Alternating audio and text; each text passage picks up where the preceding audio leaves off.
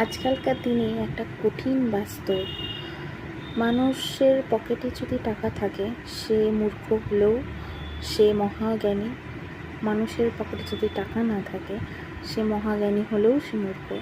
আজকাল লোক দেখে তোমার ইনকাম কত। যদি তোমার ইনকাম ভালো হয় তাহলে তুমি মাধ্যমিক পাশ করলেও তার কাছে মহাজ্ঞানী হবে, কিন্তু যদি তোমার ইনকাম না থাকে, তুমি যদি বেকার থাকো, বেকার বাড়িতে বসে থাকো, তাহলে তুমি এমএ বিএড যতই করে থাকো, যতই ভালো রেজাল্ট হোক, তোমার সে রেজাল্টের কোনো দাম নেই, তোমার কোনো দাম নেই। তোমার যেহেতু ইনকাম নেই সেহেতু তুমি মূর্খর মতোই তুমি ট্রিট পাবে।